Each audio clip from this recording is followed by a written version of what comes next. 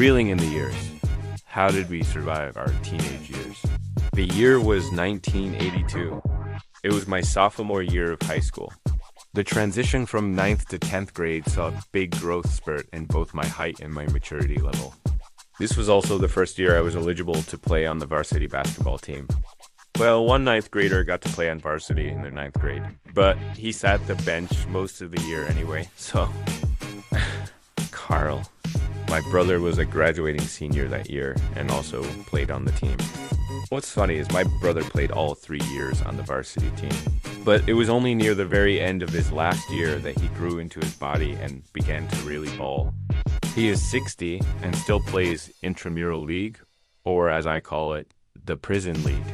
You know, the community center Friday night games where dudes work out all the aggression of their blue-collar jobs by taking you out at the knees and fouling the crap out of you. Yeah, I quit playing that kind of ball a long time ago. I can't say I've barely touched a basketball in 3 years.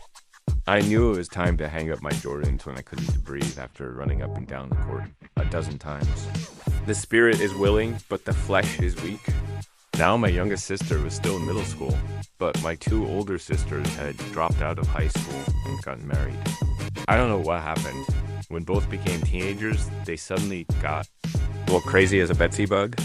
I'm not gonna lie. It was a chaotic few years around the hacienda.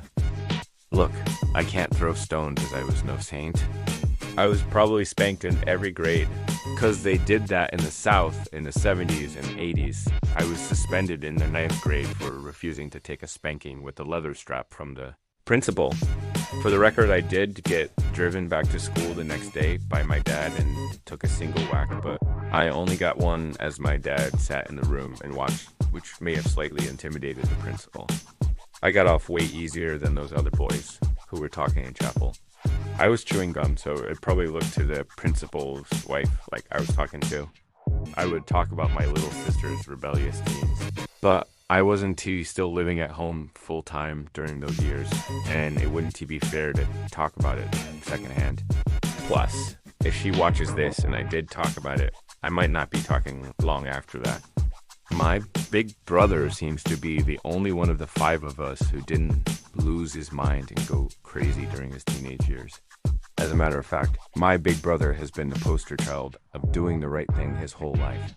I really admire him for that, but don't ever tell him I said anything because he'd get a big head. What do you remember about your teenage years? How did we survive?